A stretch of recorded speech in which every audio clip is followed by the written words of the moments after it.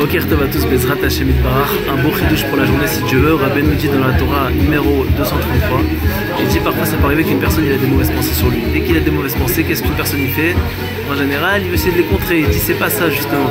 Qu'est-ce qu'il faut faire? Il dit il y a une grande règle générale qu'une personne ne peut pas penser à deux choses en même temps, à deux marchavot en même temps, c'est-à-dire deux pensées en même temps. Alors qu'est-ce qu'il fait? Au lieu de se battre contre la mauvaise pensée, qu'est-ce qu'il fait? Il pense à autre chose. Et du fait qu'il pense à autre chose, automatiquement il va partir. Il ne faut pas penser à la mauvaise pensée et essayer de la combattre, on peut pas. Il faut essayer de penser justement à autre chose et automatiquement il va partir. C'est comme il dit Rabben Street avec le Coca-Cola. Il dit il y a du Coca-Cola.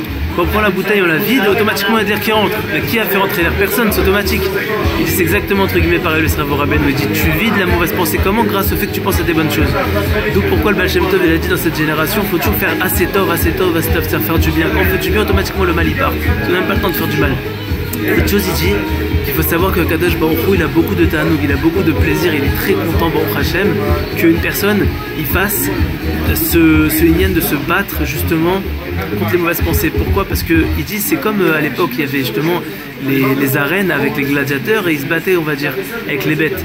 Et quand il y en avait un qui misait sur sa bête on va dire qu'il gagnait, alors l'autre il était très content. Justement parce qu'il avait gagné, l'autre qui avait perdu, il avait perdu. Il dit à Kadosh Baruch Hu c'est pareil, il dit les mauvaises pensées c'est considéré comme des bêtes sauvages.